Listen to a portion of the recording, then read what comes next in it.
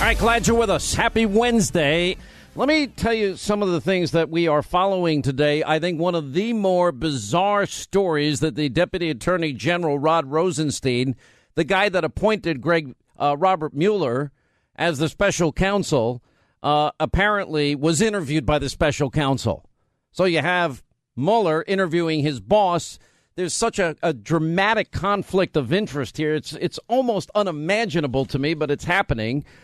We've got a lot more on the wiretapping issue that we're going to get into. We've got media meltdowns over Trump, how wrong they were over Trump and wiretapping, their meltdown over the president and his comments and everything that he has been saying about North Korea and Rocket Man. It was funny, and it wasn't funny. It was also serious. And the left is in a collective melt. You know what? If this president gave every American, man, woman, and child, $5 million each, it would never be enough for anybody. They are locked into their positions. They're not budging. They're not moving. They wake up in the morning hating Trump. They go to sleep at night hating Trump. They dream hating Trump. It's beyond derangement. It is now pathological on the part of many. One other thing, Cheryl Atkinson wrote an amazing column for The Hill that the headline is, "It looks like Obama did spy on Trump just as he apparently did to me." And I'm going to get into that story today. We're going to have a weather update on Hurricane Maria as hurricane season continues. It just is one of the, seemingly one right after another. Joe Bastardi is going to be a fellow, co-host on this show before all said and done. All right. Also, Lindsey Graham is making a return appearance to the Sean Hannity show. How many years has it been since Lindsey Graham? He doesn't like me, and he's been upset that I've attacked him. But I am inclined on paper, after talking with all of my contacts in the Senate, all of my contacts in the House, all the Freedom Caucus guys that I was calling around all weekend talking to, anyone that would talk to me, the person that made the most compelling case for Graham Cassidy was Congressman Mark Meadows. And look, it's not going to ever be the perfect bill. And I want you guys to stay with me here. Obamacare is a train wreck. And, look, let's be honest. There are probably a lot of you. This doesn't impact me. You have your plan, your doctor. You have your special doctor. You pay your copay. You're used to your plan and you like it. All right. I get it. It's like, well, I'm doing great I remember callers would call in, well, under Obama, I've never done better in my life. I'm glad you're doing so well. But there are still 13 million more Americans on food stamps and 8 million more in poverty. And I hate to tell anybody, but it's not always just about us and how we're doing. It's also about everybody else that has suffered, and millions have lost their doctors. Millions have lost their plans.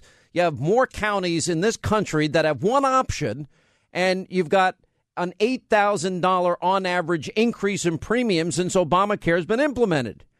And it's destroying people. They can't buy new cars. They can't do anything, or they take the risk.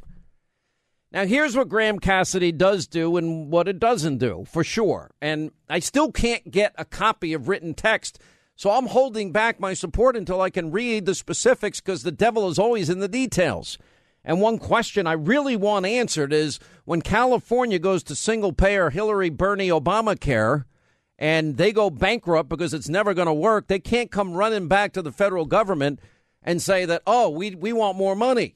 That's not going to be the answer either. Now, the whole concept of federalism, I like. This isn't pure federalism, though, because the federal government's giving the money to the states. It seems to me on the surface, though, that if you block grant the money to states and you have all these Republican governors that want this, and the reason they want it should be transparent, plain and obvious. They know they can do a better job with the money for the people in their state than the federal government ever dreamed of doing. And that's simple math. Probably you're going to get an extra 50 cents on every dollar. It's going to be so efficient. And they're going to be so much more accountable to the people in their individual states. And I like the idea of the states being the breeding ground of innovative ideas, as we always talk about. And the worst way to spend any dollars through the federal government. So in my mind, it's a really strong idea and concept. And I want you to have all sides of this, which is why, and I actually love Rand Paul. And since he's been on the program, I actually did a lot of research, and he's right. The president probably next week is going to use the administrative powers of deregulation, and he's going to allow states to create a competitive environment, which is going to open the door to not only cooperatives like Josh Umber in Wichita, but also the healthcare savings accounts, the two big ideas that were never discussed the last time we were all debating healthcare. So all of this is good. Now, it's going to get rid of the employer mandate, and it's going to get rid of the individual mandate. Some of the taxes leave, most of them stay otherwise. And in terms of those of you that are pro-life, well, that is going to end up in a separate area of government and funding, and that means that it will be subject to the Hyde protection provisions as it relates to pro-life monies. So that's actually a good thing. So those are two things that we have going in our favor. And then I think that it's an opportunity to at least begin the process of undoing Obamacare. Now, I'm not supporting it fully. I'm trying to give you the facts is what I'm really trying to do. And that's why we had Rand on yesterday. Here's where I think we stand, although, you know something, everybody in the Senate, they're so backstabbing and duplicitous. It's so obnoxious. It drives me nuts. And in your daily life, most of the people that listen to this program, you don't do business this way. I'm sure everybody in this audience, except if you're in school or you're younger, how many times have you done a deal where you shake somebody's hand? Like if I tell somebody on my staff, I tell my staff they're going to get a summer bonus. Okay, I don't turn around and they say, no, never mind. And then they say, well, you promised. And then I said, well, I changed my mind. And, well, we should have put it down on paper. My staff ever said to me, put it down on paper, I'd be like, okay, take your paper and get out of here. Because your word is your bond. What you say, you mean.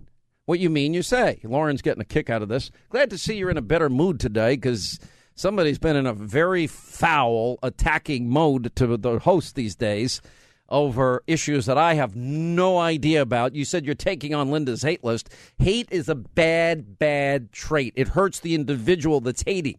You should love your neighbor as yourself. Love God with all your heart, mind, body, and soul, and your neighbor as yourself. Those two rules, and upon those two laws rest all the laws of all the prophets that have ever came before Jesus came. And Jesus is the one that uttered those words, so that means it's truthful and right and just and the good way to live your life. What? I just want to say that I gave up my hate list because I have a contempt list because... Hate and contempt are the same thing. Because I'm going to toss some tables in the temple like Jesus. No, that was righteous indignation. Your contempt is well beyond righteous... But I just want the right to toss tables in the temple like well Jesus. Beyond righteous indignation. And for you to justify your continuation of your hatred list... I don't have hate. I have contempt. Contempt is the same thing. So I can toss these people on some tables in the temple. All right. You're not Jesus, and it's not the same righteous anger, and Jesus was right because it's supposed to be a place of worship. I feel very righteous right now. Actually. It's supposed to be a place of worship. Need a nice light from Micah table. Okay, light. All right, your rights are over for the rest of the day to talk, okay? Because I'm making a point. So Mitch McConnell was reluctant. He didn't want to bring Graham Cassidy up. And my attitude is, okay, so let's say it fails. Right now it appears, now this is the duplicity, as I get back to my point. I'm getting word that people like Rob Portman and other people out there are saying behind the scenes, oh, gosh, thank God you're opposing it. I don't want to have to take that stand. And Senator Moran, where is he from? Kansas? He's doing the same thing. And you know what? And then when people tell me that they hear these people say it, there's like 15, 16 senators that go behind closed doors, and I get word back exactly how much they hate Donald Trump and what they say, how they want to stop his agenda. The only reason we're in this position is because you got 100 House members that stabbed us in the back and never had any intention of repealing and replacing. And then you have 6 or 7 senators, including Portman of Ohio and others, that they vote for repeal in 2015 and then 2017 when it actually matters, they're not going to do it, just like the show votes in the House. So these are very frustrating and unique obstacles, but you still want to progress for the sake of the American people. So the answer is you either do nothing and wait till 2018 and maybe vote them out. It's just too much work. So you got to get done what you can get done now. So McConnell didn't want to have a vote, but he's planning a vote for next week because the looming September 30th deadline to pass the bill with just 50 votes will create enough pressure to finally pass the repeal. It's not a full repeal. Look, Rand Paul's right. But the president will use his administrative powers, which will create the opportunity to pave the way for healthcare cooperatives and health savings accounts. And I'll brief you on that in the days to come. I just don't have enough time now. But it did get a pretty critical boost in this sense, is that the Arizona governor, Doug Ducey. Now, Lindsey Graham's challenge is going to be to get 2 of these 4 people, assuming some other jerk in the Senate doesn't back away from their promise to at least improve the health care system. But that would be McCain, his best buddy. That would be Murkowski of Alaska. I know Alaska has health challenges. We can help Alaska out. That's fine. Then you've got Collins of Maine, and who's the last one? Rand. Then you got Rand Paul. And I think Rand, there might be a compromise, and Rand has the power, hopefully, to make the bill better. I like Rand Paul. There's like few people that I really like in Washington. I really like Rand Paul. I like Ted Cruz.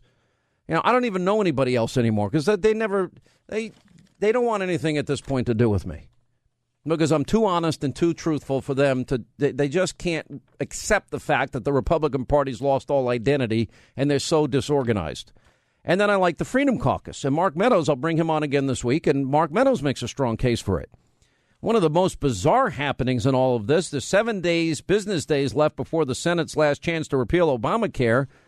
But instead of putting the pedal to the metal, and getting these Senate holdouts in line, the Washington Examiner, I was stunned when I saw this today because they just had, a Memorial Day holiday. Then they just had a 4th of July holiday. Then they had most of the month of August off. Well, apparently that's not enough because the GOP is now only under a major time crunch to pass the legislation before midnight September 30th because McConnell's too stubborn on cloture and won't go with a simple majority, which he should do, which historically we have done.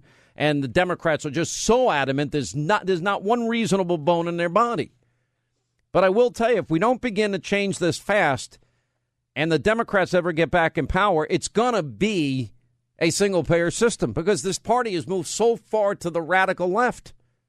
There's no blue dog Democrats anymore, very few of them. Anyway, now we find out that, they're going away on vacation again.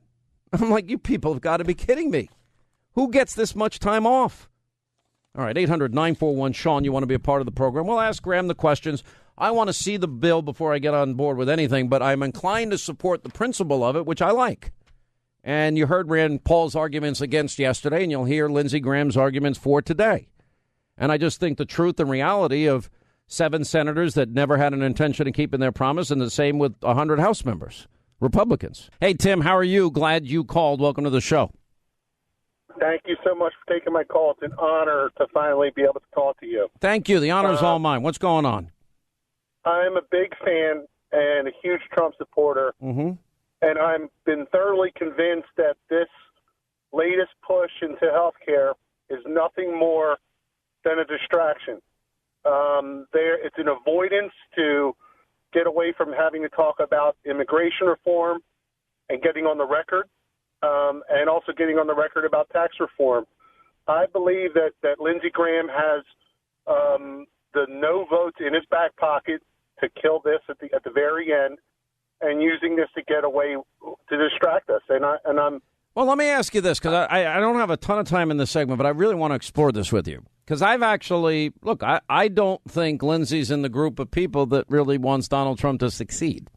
So let's assume for a minute you're right. And look, I'm not making a final determination. I just like the idea of letting states control as much as they can and not the federal government, even though it's not pure federalism, as I explained earlier. But let me put that aside. Let's say you're right, and let's say Lindsey Graham has the no votes in his back pocket. What does he get out of it? What does he get to do? Because it's only the vote's going to take place next week. It's got a September 30th deadline. And then all the issues that you're right they need to focus on, they're still going to be held accountable for what they do or don't do.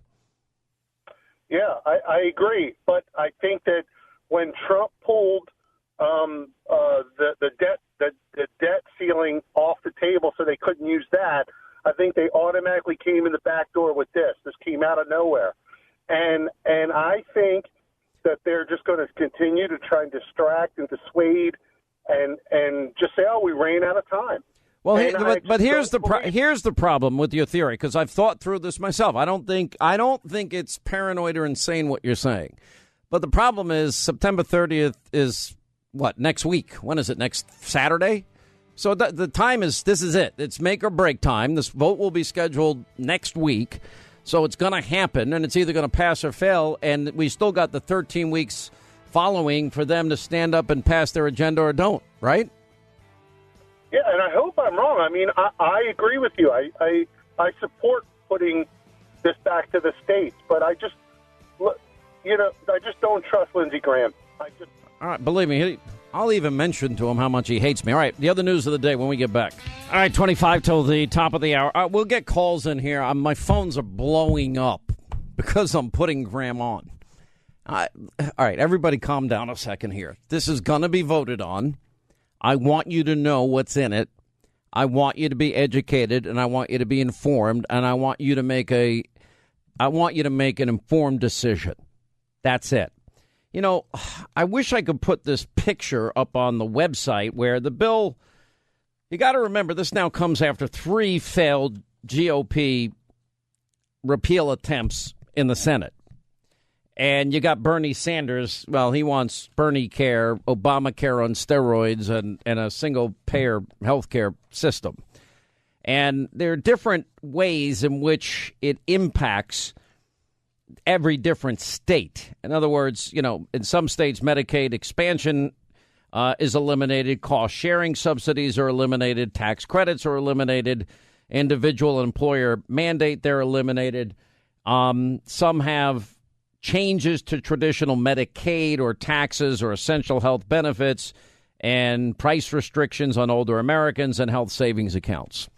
You know, as I know the White House, having spoken to my contacts there, the president is also going to use administrative maneuvers, and I'll talk more about this tomorrow. I don't want to get too off track here, and it's going to begin to confuse everybody because it's confusing.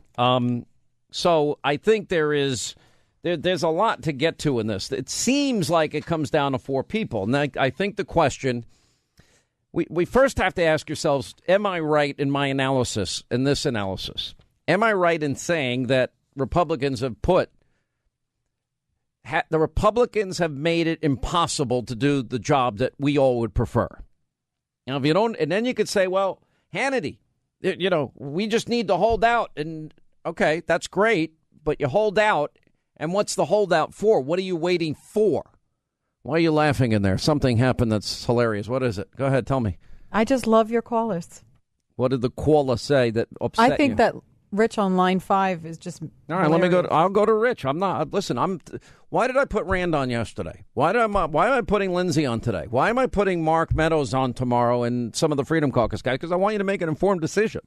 That's the biggest reason. And my inclination before seeing the bill is I like the principle of sending it back to the states. It's got to have some restrictions and caps in terms of they can't come back hat in hand and say, no, we need more. We adopted single payer. So all of you people that did a good job in your state and you turned over every nickel and made it work for the people of your state. Oh, now we want more of your money. That can happen. All right, Rich, go ahead. Thank you, Sean. Lindsey Graham, listen, if the Tea Party was smart and put up 1 guy instead of 7 guys, the last time he ran, he would have lost because as it was against 7 guys, he only had 49% of the vote. I don't trust him. I don't like him. He's been a Trump hater from day one. If he and John McCain spent any more time on CNN, they'd have their own show like Hannity and Combs used to have. And this is a $1.42 trillion boondoggle he's trying to put forth. And I'm glad Rand Paul was on yesterday and this morning saying he's not going to vote for this. Well, I talked to Rand's guy, Sergio, last night, and they're looking for ways to make it better, they said. So we'll see what happens. I mean, look. Straight repeal, baby. Straight repeal is what we put Trump in there for. Listen, I agree. Trump can't do everything on his own. Everything Trump can do on his own that was on his checklist, he's done. Everything. So here's your option and your choice. That you begin a process, at least you stop the bleeding of Obamacare that is for. Listen, you're probably not living this nightmare in South Carolina because South Carolinians are way too smart. But if you live they can't. They're not too smart. They voted Graham twice already. All right, you're killing me here. All right, so the question is, do you want to begin improving it for the people that have it the worst, or do you want to leave it in place and then if the Democrats get in power, before you're able to put in the next generation of better Republicans, which could happen, then you're stuck with a single-payer system and it's over. And that might be my thought is I'll take 50%. It's not 100%. I'm not selling this to you because I haven't read the bill. I'm saying I like the principle. Does everyone hear me? I like the principle of letting the states determine through block grants. I don't want California, New York, New Jersey, and Illinois coming back hat in hand, though, and saying, give me more money because we blew it on a single-payer system and we overspent. So you people in the red states, you need to subsidize all of us in these big states. Wrong. That can't happen. Because you know and I know that's exactly, well, you want people to die? That's going to be the next argument. And at some point, you gotta cut and run here. Reality check for everybody. I'm sorry that 100 Republicans in the House are full of crap. And I'm sorry that 7 senators that are Republicans, they're full of crap. But you got to deal with the hand you dealt sometimes in life. Now, we can rigidly stand on our mountain and say, we're not changing in principle. And I'm going to tell you what that's going to get you. Nothing. Zip. And so I'm trying to balance it here, and I'm keeping an open mind. I'd urge you to as well.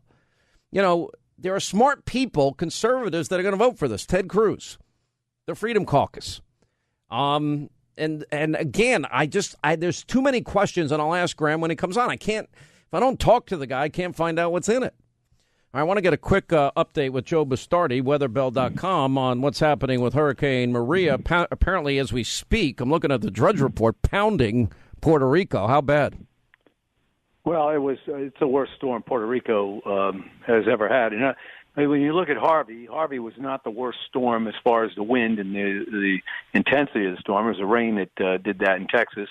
And when Irma went through the Keys, there have been stronger storms in the Keys. But this is now the benchmark storm for Puerto Rico. It bisected the island, came in on the southeast coast and is leaving on the northwest coast and came directly across. And I would say that it's a catastrophe for the island. I cannot word it any differently. It is weakened considerably. I don't think it's anything beyond a Category 2 right now. It'll take a couple of days to rev back up again, but it'll be in that area to the east of the Bahamas probably by the weekend, trying to rev back up. And then we're going to have to see how it interacts with Jose, which is the storm that's weakening off New England, as to whether it ever directly impacts the United States or not down the road next week at this time. This has probably been the most back-to-back I can remember. Now, we've had a lot of storms and hurricane seasons, but I don't remember you being a co-host of this program before. Well, you didn't have me on in 2005 if you didn't know me as well. Because back then it was as bad. And we weren't on the air in 1886. I think our great-great-grandparents, may have been. But 1886, that hurricane season, I look at that map and I just can't even believe it. 7 hits on the United States. By the way, Joe, when you talk about 1886 and the hurricane season, there's not one single solitary person in this audience that has a clue of what you're talking about. Not one person. I understand that, Sean. I understand, Sean. But as you know, in history and the Constitution and everything else, it's very important to understand what happened before. I agree. That's why you're the best. I agree. No. If I can't give you a hard time, I can't give anybody a hard time. All right. So where is it going after this last question? Well, it's going to go just to the east of the Turks and Caicos Islands that got just absolutely devastated by Irma. Irma went through there as a Category 5.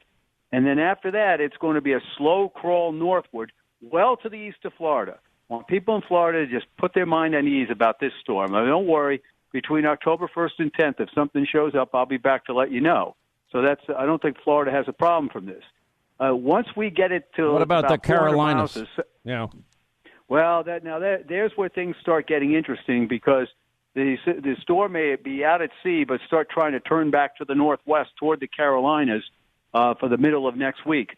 So, folks, I'm going to tell you something. I like to swing and win all the time and be right, but I'm trying not to be wrong here. So we're going to probably have to just say we're going to put it in this position 400 miles southeast of Cape Hatteras by next Sunday and Monday and say during that time. It may turn back to the northwest for a while. This is a very difficult pattern relative to the Atlantic. We see it in the Pacific, storms dancing around each other. It's called the Fujiwara effect, believe it or not.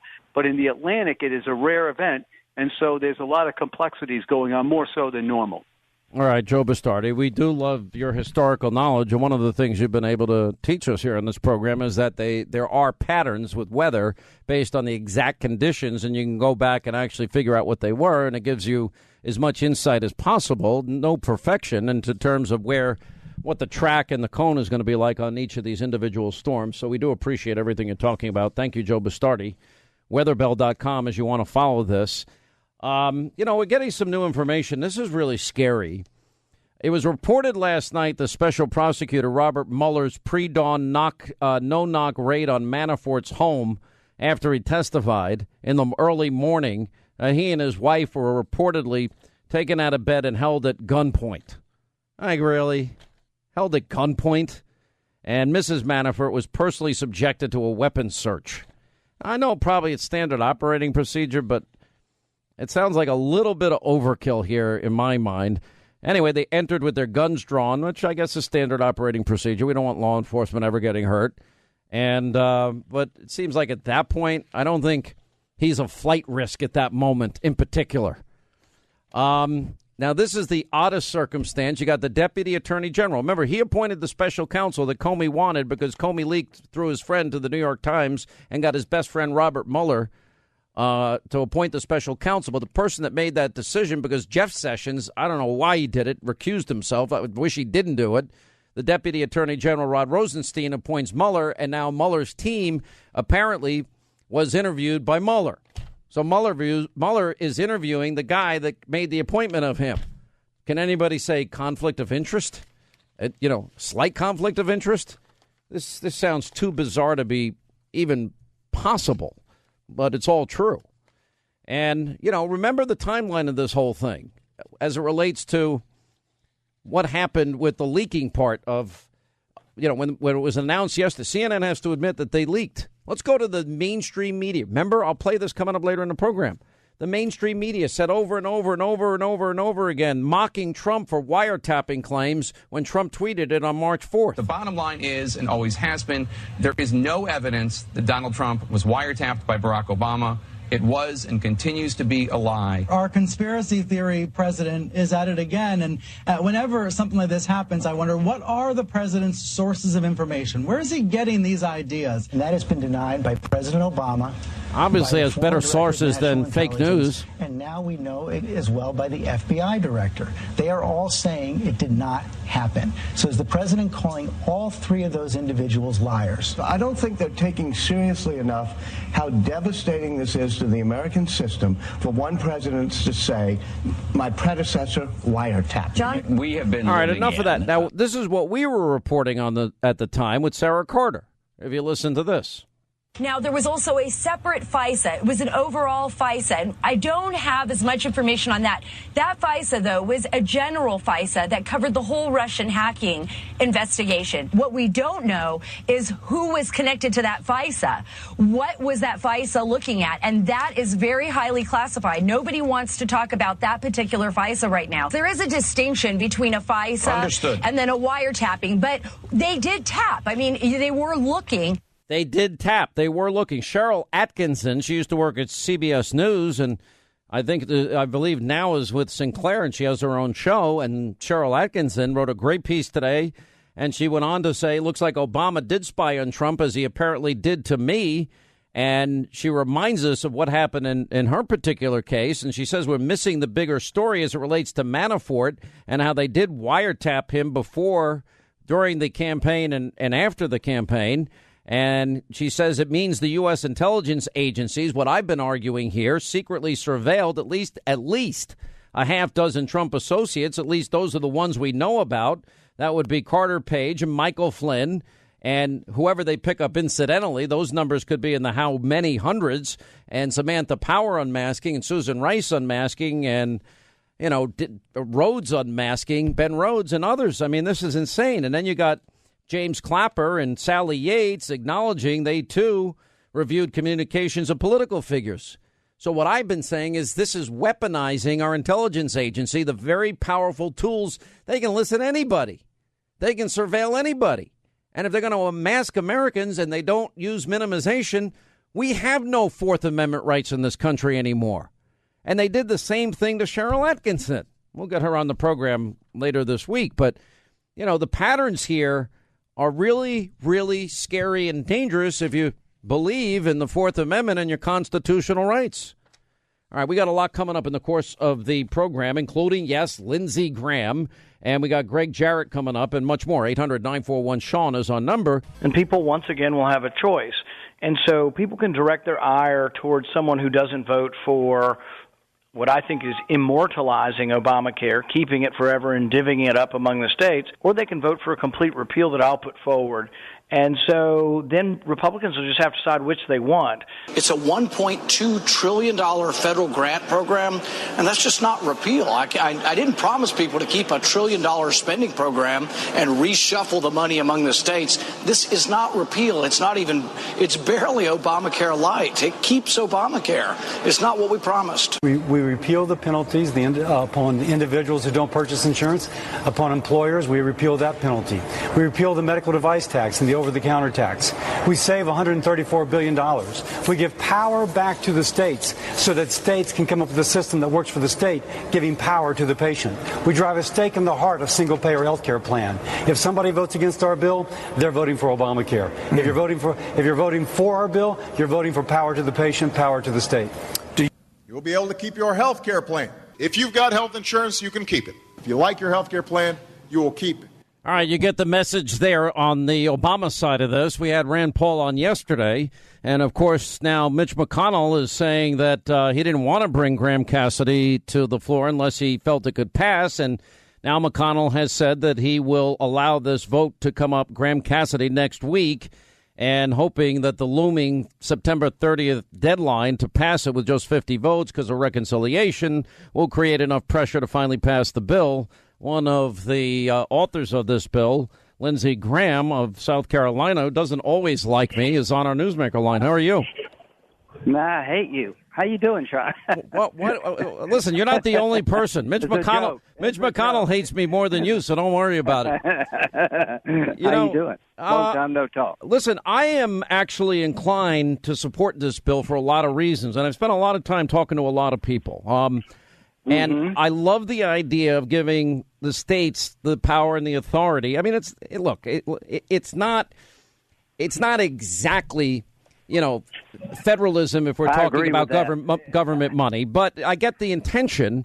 I agree. It's not what I would like to do, but it's the last best chance to stop single-payer health care, I think.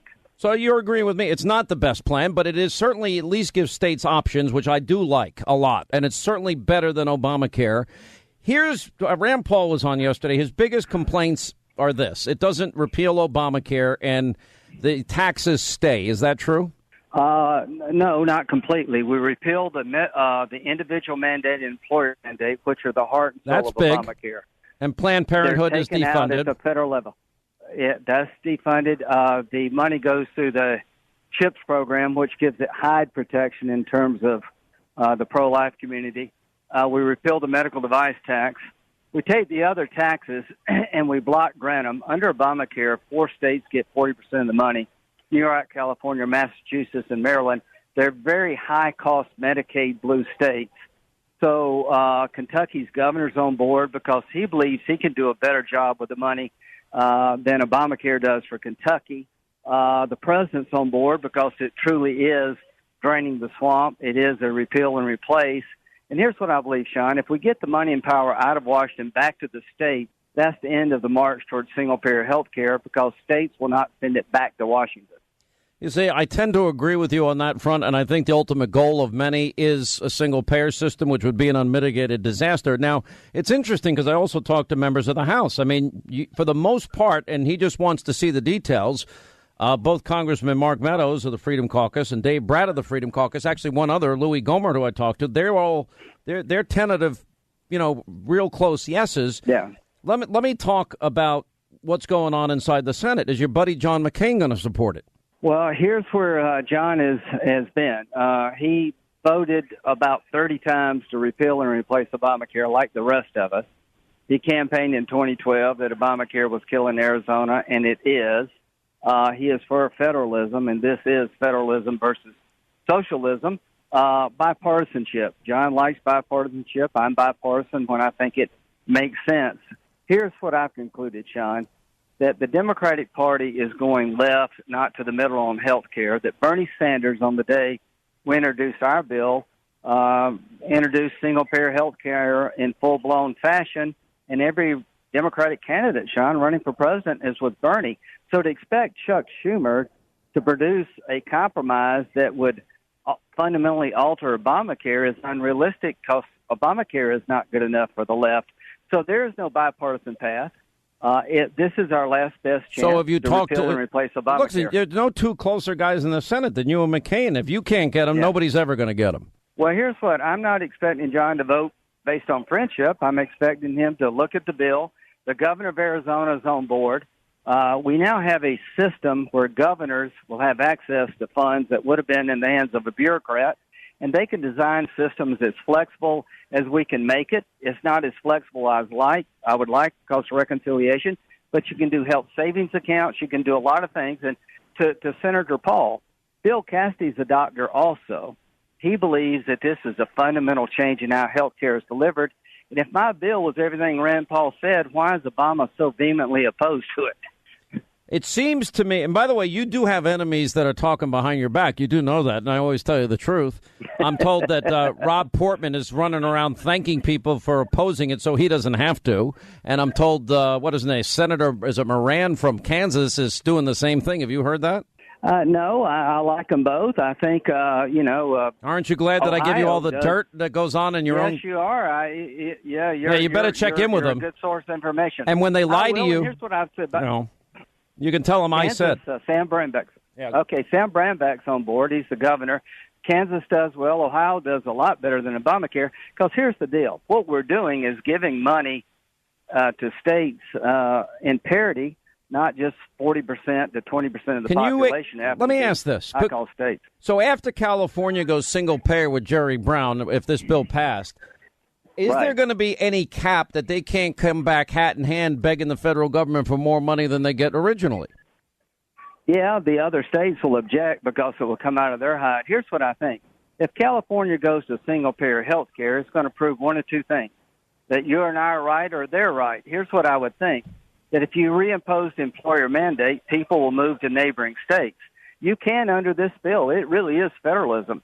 You can impose the employer mandate, the individual mandate in your own state. You just can't drag the rest of it. It's not pure federalism because it's government, it's federal money and going to the states. But I hear what you say. I'm not being petty here. I mean, we're putting the right. No, you're right. The money and power.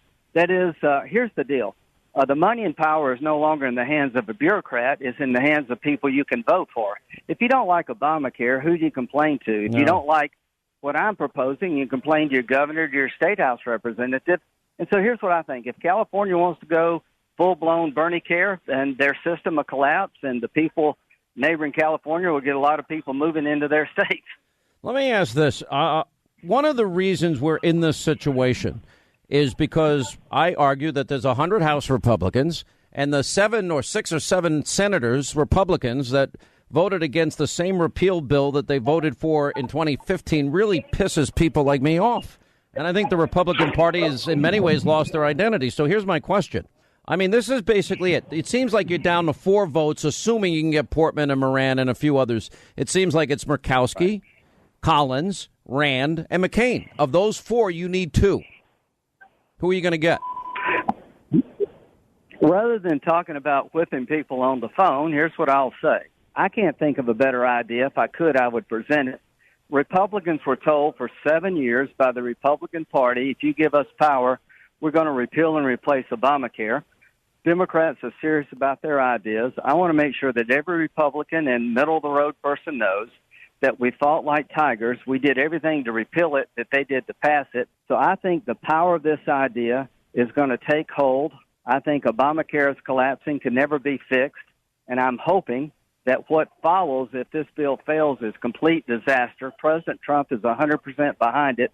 So I'm hoping that we get 50 votes, but I do know this. We're going to vote. Republicans are really good at talking about what we don't like on health care. I am now in the position of telling you what I am for. I am for money and power going back home out of Washington. All right, we got to take a break. We'll come back. We'll have more with Lindsey Graham as we continue the Sean Hannity Show. Fail when Republicans voted for that in 2015.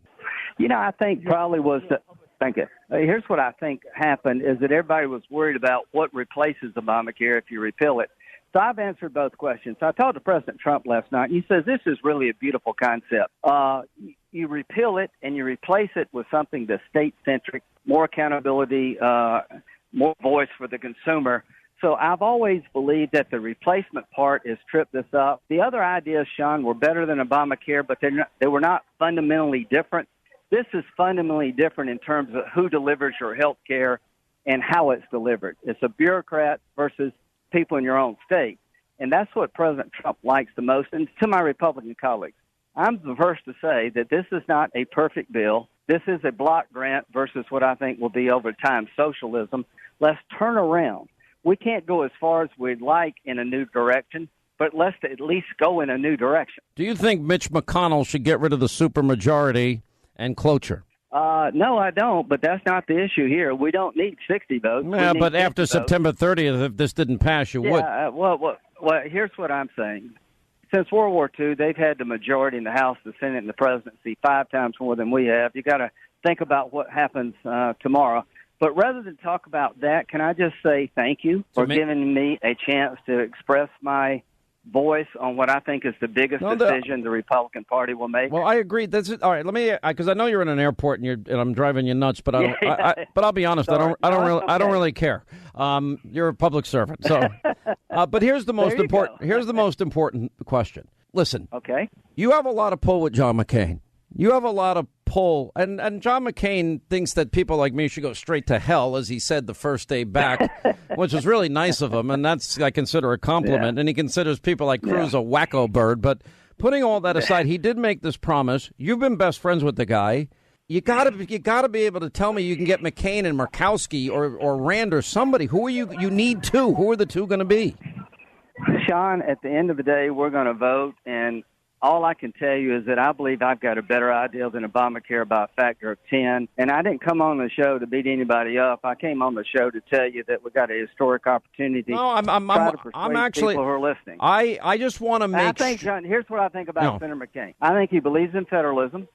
I think he likes bipartisanship, but I just don't see a pathway forward. There's no way Schumer can do anything major because the Democratic Party is going. But you've talked to him. What has he said to you? What has he said up to now? Well, he's looking at it, and let me tell you what he said. I like the concept of Graham Cassidy with Governor Ducey. And let me say, Scott Walker's been a hero here, but Governor Ducey from Arizona came on board, and that really helped a lot because he believes this will work for Arizona. So we're going to vote. The roll will be called, and everybody will be held accountable. And I look forward to the debate. I am so excited, finally, as a Republican, to have something that I'm for, not just against Obamacare. And let me tell you, they're scared to death. Do you think President Obama would come out against this bill if he didn't think it had a chance? Oh, listen, I agree with you. Dan Sullivan's been obvious. What is Lisa Murkowski, we had a really good talk with her. Alaska is a unique state. It's about 50% more per patient cost because there's so few people in such large territory. We're trying to be fair to Alaska and give them what they need because they're just so different. Right. I'm excited. I think you think it's going. You think it's going to pass. You think this is going to pass? I really, with the president behind it, I talked to President Trump like 3 times a day.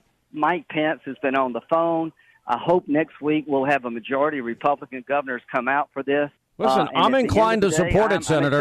I'm inclined to support it, too. I hope you can. And with all its imperfections, I hope you can. Last question. The president is expected to act administratively on an issue, a 74, I believe, federal law that would allow states to then move into healthcare cooperatives. Is that part of your plan, too, in the sense that you're factoring that in?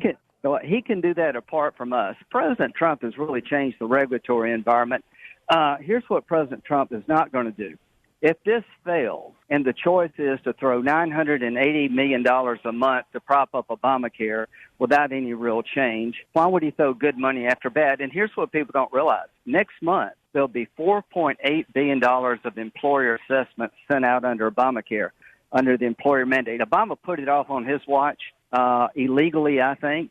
So there are going to be almost $5 billion in new taxes hit the economy in October if we don't repeal and replace with our bill. All right, Senator, I'll let you jump on your plane. Well, if you can, we'd like to have you back maybe early next week before the vote. Yeah, I will, and we'll try to do your show. And will you please also send me a copy so I can read it? Yeah, I will, and, I will just let you go through it. And again, Mark Meadows has been terrific. I think Mark gets the big picture. This is the last chance to... Well, he's the one that's convinced me more than anybody that it's... listen, I'm always inclined to sending stuff back to states. I am. It's natural for me. So I think this is probably the best compromise we're going to get, and I actually applaud your efforts considering you hate my guts now, but we love having you on. Thank you for being with us. I hate your guts. Let's make a promo out of that. Take care. All right. Bye. Senator Lindsey Graham of South Carolina, 800-941-SEAN is our number. All right, 25 till the top of the hour, 800-941-SEAN, toll-free telephone number. You want to be a part of the program.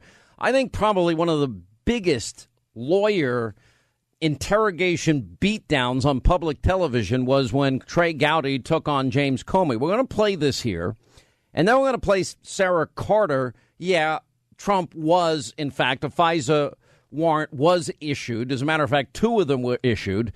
And then we're going to play Gregg Jarrett, who's going to join us on the other side of this, saying that Jeff Sessions needs to resign. And we're going to go through all the issues of why he's making that case and that claim.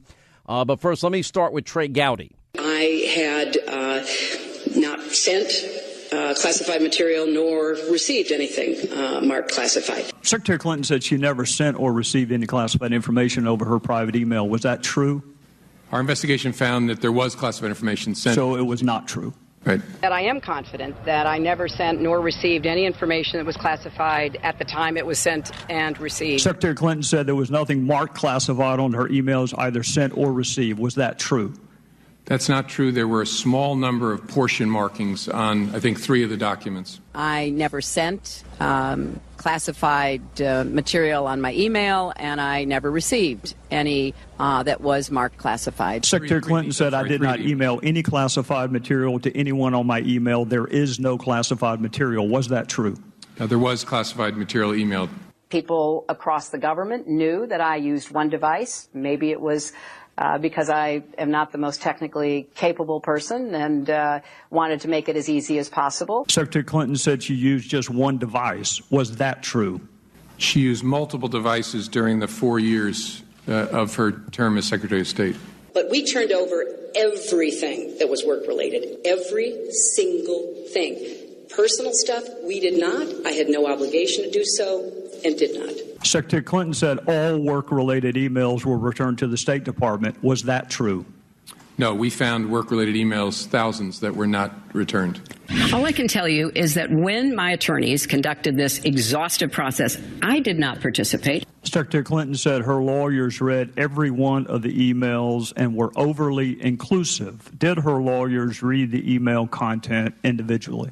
No. Now, there was also a separate FISA. It was an overall FISA. I don't have as much information on that. That FISA, though, was a general FISA that covered the whole Russian hacking investigation. What we don't know is who was connected to that FISA. What was that FISA looking at? And that is very highly classified. Nobody wants to talk about that particular FISA right now. There is a distinction between a FISA and then a wiretapping, but they did tap. I mean, they were looking. He has spent 7 months as Attorney General, and his tenure is notable for a series of failures to act where action is demanded. And he has done nothing about James Comey or Hillary Clinton or Susan Rice. He can appoint a special counsel to do it, a second special counsel. You can't count on Muller to investigate Comey, for example.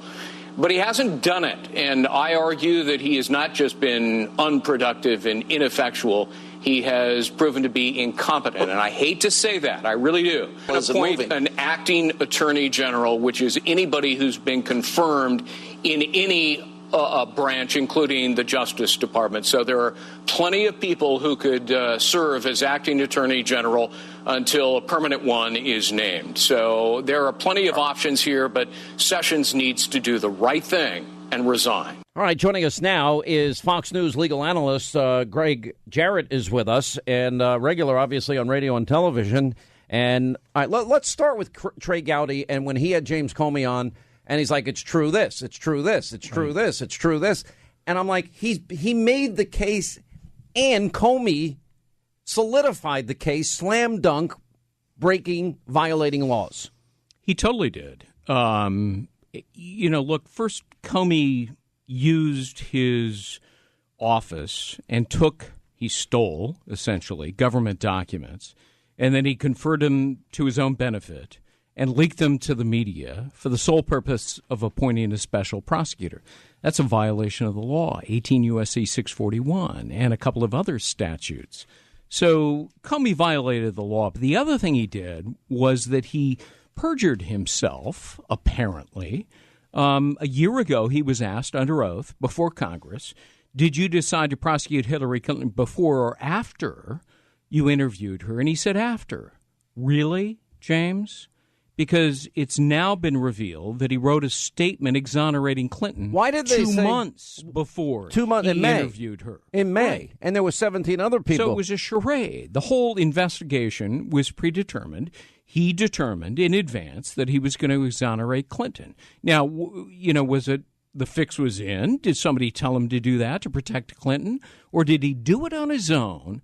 But either way, it's obstruction of justice. And it's also, lying to Congress, I thought that was a crime, too. And then doesn't it put into context when you put the tarmac meeting with Loretta Lynch and him taking her talking point, it's a matter, not an investigation?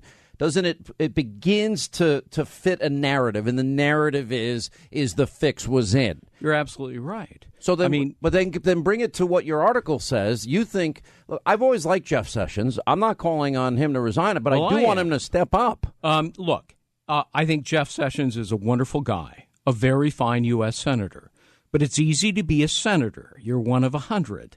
Being an attorney general is a very difficult job. And in my judgment, he's incompetent. He's incompetent because he's failed to take action where action is demanded. He has done nothing about Comey and Clinton, Susan Rice, and Loretta Lynch. Is there any way that behind the scenes he's doing all of these things? No. We'd know it. We'd know it. Yeah, we would absolutely know it. But he could reopen the investigation into the email server. He could investigate. No, because he, in his confirmation hearings, if you'll recall, he recused himself from anything related to Hillary Clinton. Not just the Russian meddling, which he put into motion, hours after he was sworn in, but he promised he would take no action against Hillary Clinton, which means he needs to appoint a second special counsel. Then why would he be able to appoint the special counsel? Because it was Rod Rosenstein that did it the first time. No, you don't want to use Rod Rosenstein and Robert He Muller. could do it even though he said he was recusing himself. He could just say, okay, I'm letting somebody else do it. Yes, exactly. Okay. He because could appoint a second special counsel. You said he shouldn't resign before he takes action against Clinton, Comey, and Rice. Here's what you do. You appoint a special counsel, a second special counsel, and then you resign. And that's what he should do because he's not up for the job. I hate to say that because I really like the guy. There's still time for him to get these things right, though? There is. I mean, he's the Attorney General of the United States. He's the top lawyer in the U.S. He can take action against Clinton, Comey, and Rice, and Loretta Lynch. And he can undertake investigations, except for Clinton, in which he would have to appoint a special counsel because he recused himself. All right. Now, there's a Washington Examiner piece that came out today about Robert Mueller.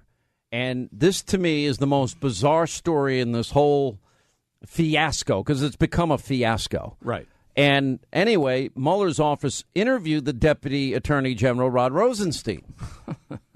Now, Can you even believe it? Well, I mean, Rosenstein appointed Mueller. So here is the underling interviewing his boss as a chief witness in an obstruction case against Donald Trump. So Rosenstein is both prosecutor and chief witness.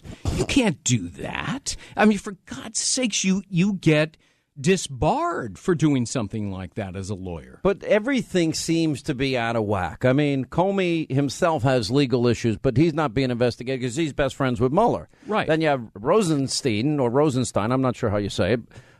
He is now involved in being interviewed by Mueller, but he appointed Mueller. Right. I mean, and then you got all the people that Mueller appointed. You got 8 of them, Democratic donors to Clinton, Obama, the Democratic Party, 0 Republican donors. Right. And Mueller's firm, 99.8% Democrat Hillary Clinton donors. Is there any question, Sean, that Mueller is out to get Donald Trump? No, I'm convinced. Now, here's what bothers me.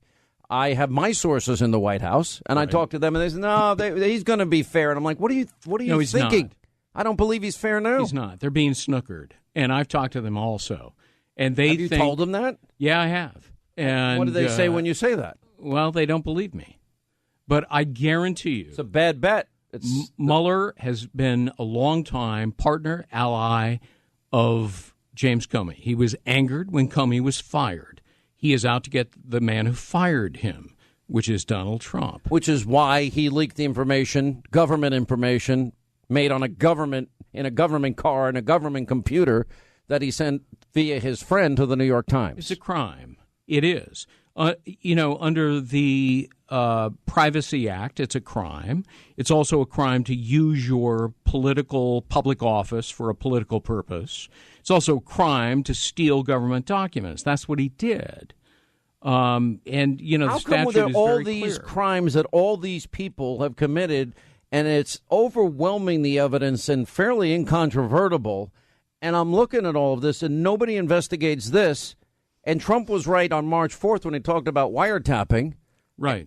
And nobody seems to even care about that, because then it goes back to surveillance, unmasking, leaking intelligence. Those are all crimes.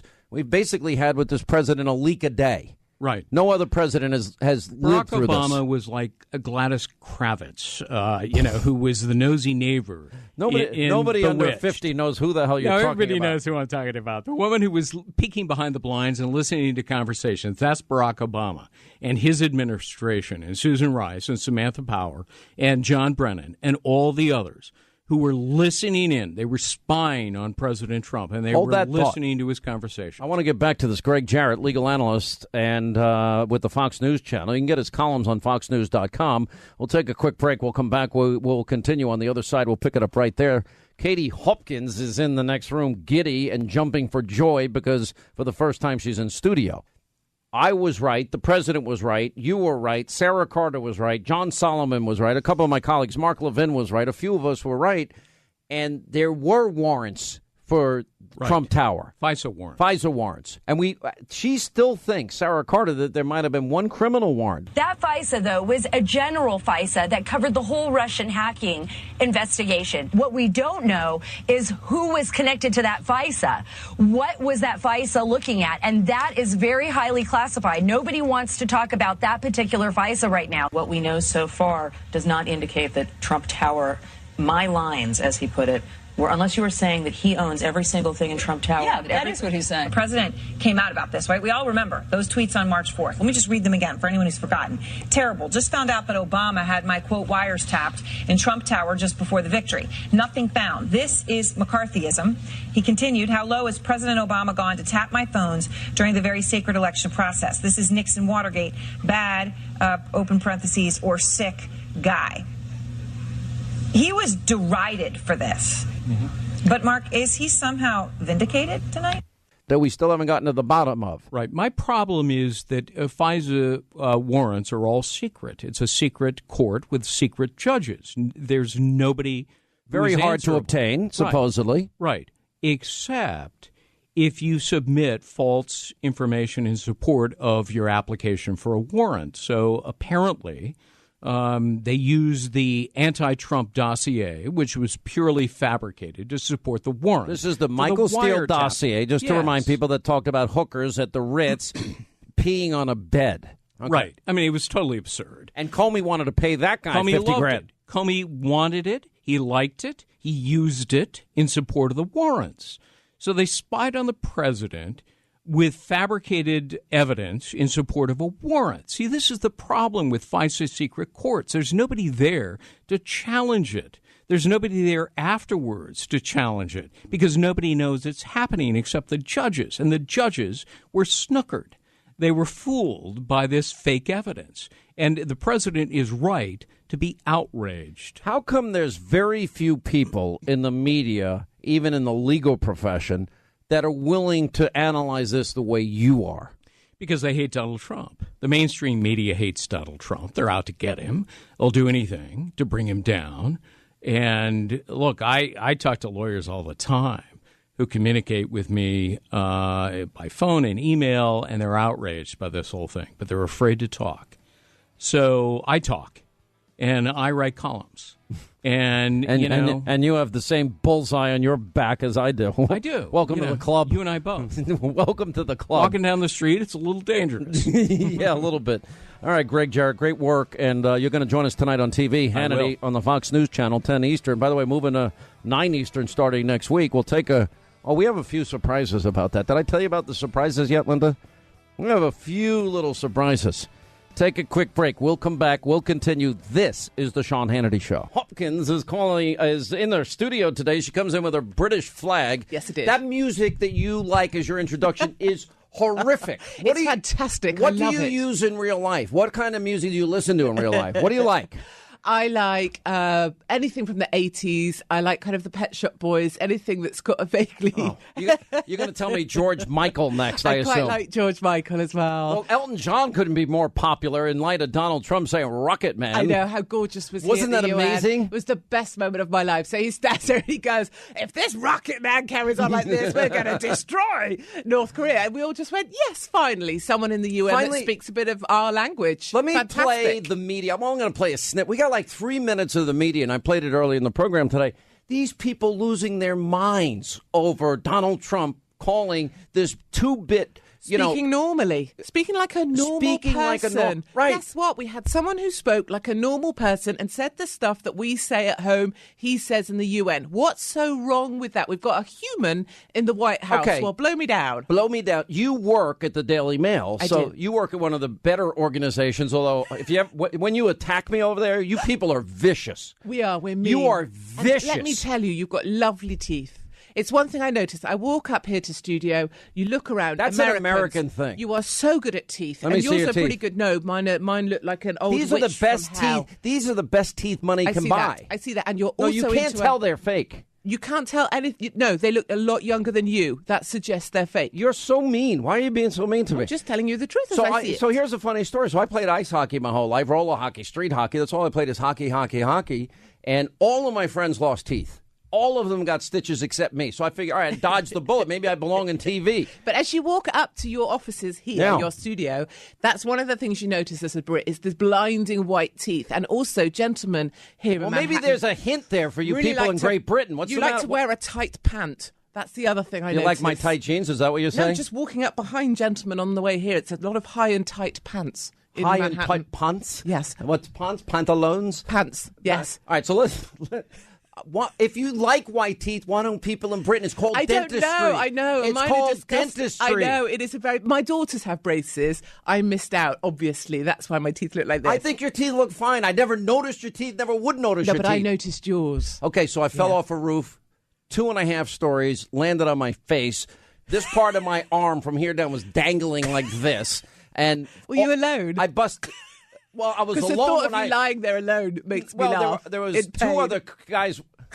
Makes you laugh. Me nearly dying makes you laugh. Lying on the floor with your face smashed in and your arm hanging off all alone. You know, I'm Sean Hannity. Hello. Nobody knew who Sean Hannity was when I was a contractor, and nobody cared. I don't think half the people care now. Yeah, but that's quite a good way to be, isn't it? Would you prefer to be known or not known? I don't like, and I like anonymity better. And nobody believes it. Oh, no, you guys in TV and radio, you get paid all this. I never went into this for money. I went into it because even when I worked for free and for $19,000 a year in radio, number one, I never dreamed I'd be successful.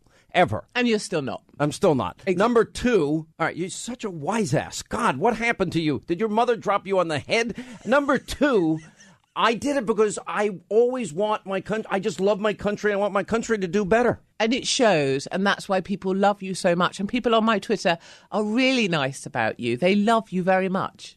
All right, so Piers, I was going to have him call, and he just said, I can't. I'm at dinner. I'm like, he's so important, he can't possibly. He can't possibly pull himself away for 30 seconds. But he had time just to go, well done for getting your new slot. You know, it's funny, because he was on CNN up against me, and He lost. Yeah, he did. He lost. But you can say that. No, he did, but that's not the point. I mean... It is the point. You beat Piers Morgan. Woohoo! And I beat him on my columns as well. They're better red than Piers. You get more clicks than him? Yes, I tell him to find mine in the best red section because his don't ever go there. Oh, ouch. But also, I'm a big believer in guns, so I win in America over And I Piers said too. to him recently, I said, how stupid were you? As soon as you kept telling America to disarm, I'm like... Thank you. Cha-ching. Cha-ching. It's done. See you later. Yeah, no, I'm very pleased that you beat him. But no, he's not a bad man. No. He's not a bad man. No, he's irreverent, iconoclastic. He's tough. I love his Twitter fighting, I love although his I'm sick of Twitter. chins. Oh, well, he does a morning show, right? Yeah, right. Well, is that an excuse for having 15 chins? I don't know. What? You get a morning show, does that mean all the women? Do the women have 15 chins? No, they don't. They still look very hot. Piers Morgan, ate the sofa. This is not okay. It's not. Why are you being so okay? So last time you didn't meet me in person, and you just said to me, "Wow, you're a lot younger and stronger and taller in person." I did not say any of that. You called me chubby. Well, I just said that you were sweating from under your man boobs or your moobs, and you tried to wrap them around me. No, I did a ninja move on you. A ninja. Wow. Well, that was pretty ninja. I now train martial arts 5 days a week. You're so hot. Do you know how hot you are? No, how hot am I? Literally. Wait a minute. Let me do Howard Stern. No. How hot am I? Tell me. On a scale of 1 to 10, you're about a 2. 2? Yeah, it's so hot. So hot. Be nice. Stop being mean. You're so nice for my ego. This is really helpful. Does it help? Is it helping you? Oh no, I'm going to walk out of here. Not really much. I don't. I'm not. By the way, you're tinier than I ever dreamed. And I can't believe all this irreverence and hate comes out of somebody so tiny. It's really annoying. What's annoying? But everybody always says that because they have an impression of me. You're bigger than life. Or maybe even fat. And so when I'm in cars and people have heard me on my radio show and they You don't have a radio show. Yeah, right. And anymore. They say your voice is different to how I imagined. And I say, well, what's my voice like? Right. And they say, your voice is fat. So I don't know how your voice is. No, I'll tell you what everybody... Grumpy old man. Grumpy old man. You're so mean. You're so mean. So I will tell you what... Grumpy old man needs to get out more. Or not. Is this your show or mine? Do I get to say anything? Mine. It's always mine when I'm on. You know that. I know that. All right. So people do say, you're a lot skinnier and younger and taller in person. So I'm like, what? I'm a fat, old, short guy on TV? What do you mean by that? That's like a horrible thing to say. I think it's because seeing you now, you look like the sort of bloke that you'd go for a beer with. You look like a sort of friendly guy, da-da-da. And on TV, I guess you've got your suit on and you're purposeful and you're supporting Trump. And so you seem bigger and more stern. Maybe that's it. Bigger. Like this, you seem quite friendly. Well, TV and radio are very different. I'd ask you for directions if I saw you on the street now. What does that mean, asking for it? Is that some kind of code that you want to... It's like a British thing. Like there's people you wouldn't ask directions because you're like, you're going to follow me. So I passed the low bar standard. Low bar. And my bar's low. Like I used to work in Disneyland Paris and as a security guard. No way. Yeah, as my holiday job. And we used to pull paedophiles out the Peter Pan maze. Right. So that's my bar. Did you have a flask that you'd take sips from all day? It was brilliant. I had like a uniform and everything, and I could run around being dramatic. I was useless. I was the most useless security guard I could ever. see you playing a Disney character. Yeah, me too. But the problem with that is you'd hit one of the kids. You would lose your patience. So why did you lose your radio show? Because after the Manchester bombing, right. Where another jihadi lunatic took out our children, girls, right, I remember. My daughter's age. Yeah, I came down and I tweeted, "We need a final solution to." That's right. Yeah, and that wording on that tweet was sufficient to get rid of me. Were you just be honest, we don't care. Were you in your mind thinking about the final solution? Christ, no, I was thinking it's 7:30. You were saying we need an answer. My husband was going, you're going to have a busy day. You need to move because I'm usually responding to that sort of thing. Did you correct it right away? As soon as you figured it out? About 5 minutes later. And they still fired you from the radio show? Yes, and the tweet wasn't related to my radio show, wasn't on air or any of those things. It was just a tweet on your own account. I deleted and then amended and But apologized. This is a serious topic because there's people right now sitting in their underwear in New Mexico, right? In New Mexico, and that's only one state. And seriously, there are groups paid millions of dollars to monitor shows like mine, and in the hopes that I say one thing. Yes. One thing. Yes. And even if I made an honest mistake. You were on the show once, and one of these groups wrote something about us. Do you remember what one of those groups was writing about me and Katie, and we crossed the line? And you were both fat? That we're talking about underwear or something stupid, just something irreverent and fun, and just kind of lightening the program up a little bit. You don't remember? It will have been something. Maybe it's shaving my legs. I usually talk about I think that. It was something like that. Something stupid. Like that, 'cause we were talking about razors. Something stupid. Yeah. And, something fun, something relatable. And I have a gun at my head every hour I'm on the air because they want to kill me. Yes, they do. Politically speaking, they want me dead and they want me silenced. Exactly right. And just like you. And it's not individuals operating like that. It's a coordinated, systematic effort through networks of linked individuals in different kind of lobbying groups, and that's how it works. I would have been gutted if I got fired for my numbers, but given we were the most listened to radio show in my time slot, I guess I can take away that. But I couldn't syndicate my radio program in Great Britain. I bet it would do well. Yeah, of course it would do well. It would fly. Then they wouldn't, but they wouldn't put me on the air. Not a chance because of I have a passion for Trump. You have a passion for Trump. That's not a permissible. Do the people opinion. of Great Britain have a passion for Trump? Yes, there's loads of them, and that's why part of my radio show was this one last remaining space. I felt like I was holding open the cupboard doors in London and letting this little thing come through that went, "We love Trump," and then I'd have gays for Trump because they don't have a voice, and then you'd have, even the left. I'm a liberal lefty. I support Trump. And they had a voice for a moment in time, but now those doors are shut. By the way, we don't even know who's running your government anymore. Jeez. We don't know it's a either. Mess. We have no clue. All right, stay right there. We'll take a break. Katie Hopkins, there's no point ever in having a topic when we bring her on the air because she's just going to take over the program anyway. And poor Geraldo, you were just brutal to him. And he's a friend of mine. You were brutal. Oh, he was like, wah, wah, wah, I know the president. Wah, wah, wah. I'm still going to say that's exactly what he was doing. Wah, wah, wah. He was doing that. I don't care if you're friends with the president. I don't care if you go and You have mentioned dinner your at his husband. house. How many years have you been married? Too long. Like 8 years, which is an all-time record for me and beats my first marriage, which was less than a year. Yeah. I bet you're really easy to live with, too. I'm like a joy. Are you like this at home? Yeah. He wakes up in the morning and he goes, "Oh, damn." And I'm like, "What is it?" And he goes, "Oh, I just realized I'm married to you." It's like every day of his damn life, he's got that. We'll take a break. Katie Hopkins is with us. We'll get to your calls, and we'll play some of these tapes I've been talking about. We'll get back to that. Hey, sometimes basic security in your life is obvious. Like, for example, Katie locks her front door, right? You have crime in Great Britain. And, we do. All right? There's a lot of murder and everything that although nobody has an ability to defend themselves in your country, which is dumb. Anyway, but did you know, for example, if you leave your Wi-Fi router unsecure, that these cyber thieves can literally walk in once inside your home. They access your credit card numbers, medical records, and any other personal information stored on any connected device like a laptop or a smartphone. Now, there is a way to secure it, and that's where Norton, backed by Symantec, comes in. They have a brand new home Wi-Fi router that's called Norton Core.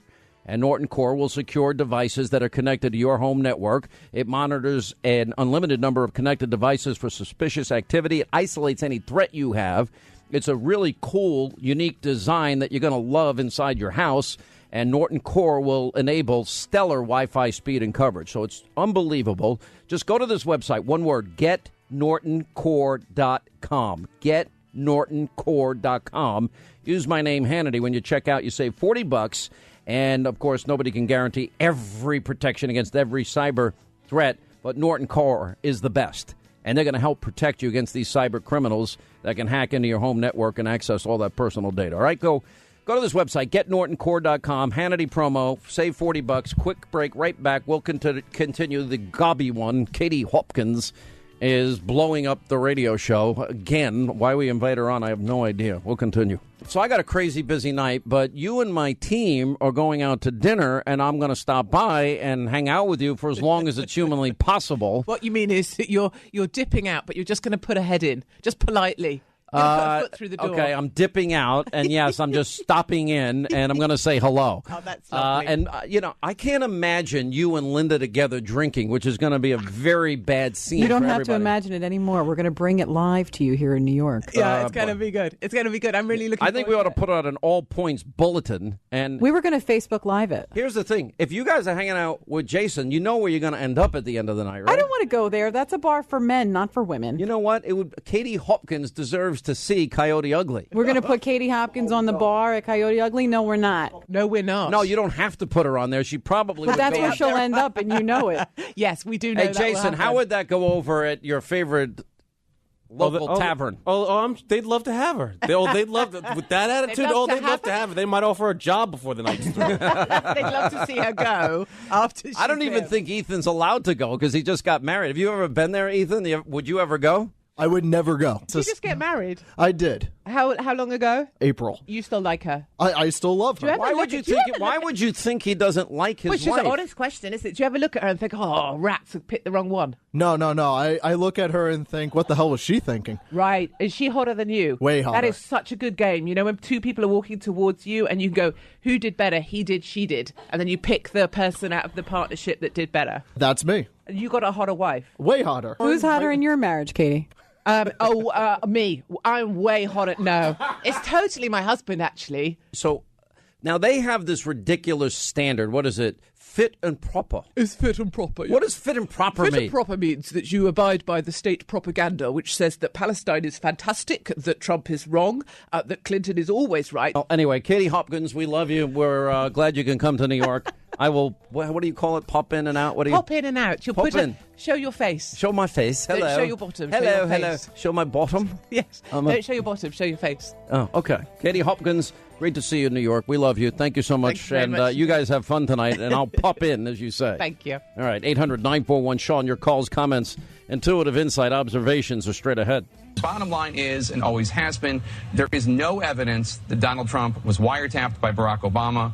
It was and continues to be a lie. Our conspiracy theory president is at it again. And whenever something like this happens, I wonder, what are the president's sources of information? Where is he getting these ideas? And that has been denied by President Obama, by the former director of national intelligence, and now we know it as well by the FBI director. They are all saying it did not happen. So is the president calling all three of those individuals liars? I don't think they're taking seriously enough how devastating this is to the American system for one president to say, my predecessor wiretapped. John? We have been living in, really through the Trump campaign and unto this hour, this alternative reality. The way that Donald Trump seems to think about what a president can do feels very Nixonian, that he has a much more inflated view of a president's powers. For him to believe that a president could even, in theory, because the election is on, go in and tap the opponent of his preferred candidate. Trump's mind is a little bit of a mystery to me still.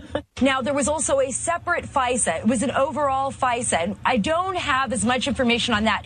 That FISA, though, was a general FISA that covered the whole Russian hacking investigation. What we don't know is who was connected to that FISA. What was that FISA looking at? And that is very highly classified. Nobody wants to talk about that particular FISA right now. There is a distinction between a FISA and then a wiretapping, but they did tap. I mean, they were looking. Hold on a second, Maggie, because I do think it sounds like the president was right. If Paul Manafort has a residence in Trump Tower and Paul Manafort was being surveilled and wiretapped, Trump Tower was wiretapped. No, it was not. I'm sorry. I mean, How do you know? Well, I don't know, but I know that what we know so far does not indicate that Trump Tower, my lines, as he put it, were, unless you were saying that he owns every single thing in Trump Tower. Yeah, that is what he's saying. The president came out about this, right? We all remember those tweets on March 4th. Let me just read them again for anyone who's forgotten. Terrible. Just found out that Obama had my, quote, wires tapped in Trump Tower just before the victory. Nothing found. This is McCarthyism.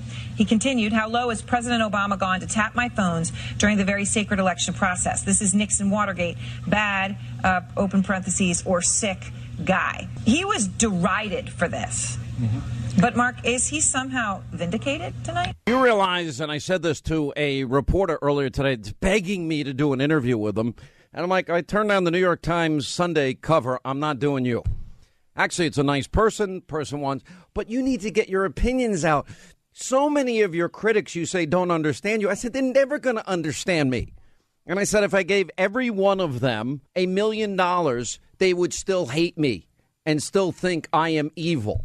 I said, so I'm not going to convince them. And why am I going to waste my time trying? I'm not. There's nothing I can do or say that's ever going to make anyone in the media like me. Now, there you hear the media was mocking the president when he tweeted out that, in fact, Trump Tower had been wiretapped. Well, it turns out he was right. And it turns out he's right almost so many times he's proven right. He was right about bin Laden. How early was he was talking about bin Laden? Then we first reported with Sarah Carter on radio and TV on March the 8th. The president had tweeted that out March the 4th. The media beat him up day in and day out. That's when they started suggesting he's a liar, and he's mentally unhinged. Well, now CNN, their anchors admit Trump was wiretapped. In other words, if they're wiretapping Paul Manafort in the conversations when he is the campaign chair, everything Sarah Carter and John Solomon reported is true. So they finally admit it. But it doesn't matter. This president can do nothing right in their eyes. Nothing. They are locked into their positions, and their position is delegitimize and paint a caricature of the president. I'll give you another example. Let me play this CNN criticizing what I thought was an amazing speech at the United Nations. Look, this wasn't a speech. This was a sermon. And he wasn't a president. He was a preacher up there, giving his dark world view about threats and conflict. This was a speech about conflict around the world, not a speech about cooperation, and that's a real shame. I do think there is a bit of a contradiction in his presentation today, talking about sovereignty, talking about a renewal of spirit for all of these nations, talking about nations needing to be patriotic. I imagine if you talk to folks in Venezuela, you talk to folks in North Korea, they imagine that they are being patriotic, right? Almost trying to teach himself at an 8th grade level about, basic sovereign multinational issues. But I agree completely. This was absolutely very stark, very absent of any of the normal universal values and mutual cooperation that we try to seek in these international bodies. Well, Wolf, I thought that was one of many examples of how intellectually confused, if not outright incoherent, this speech was.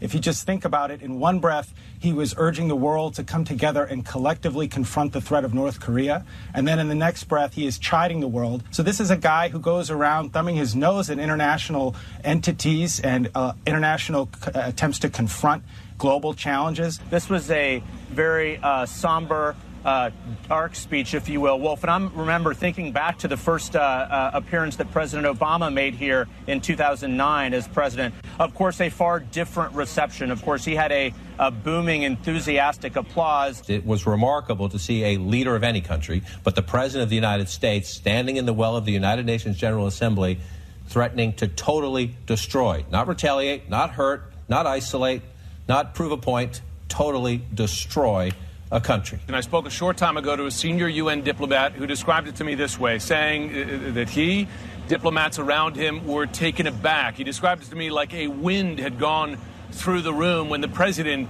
uttered those words, "We will totally destroy North Korea." He said it was an emotional reaction. It's those words about North Korea that particularly sparked a reaction in that room. Audible gasps, I'm told.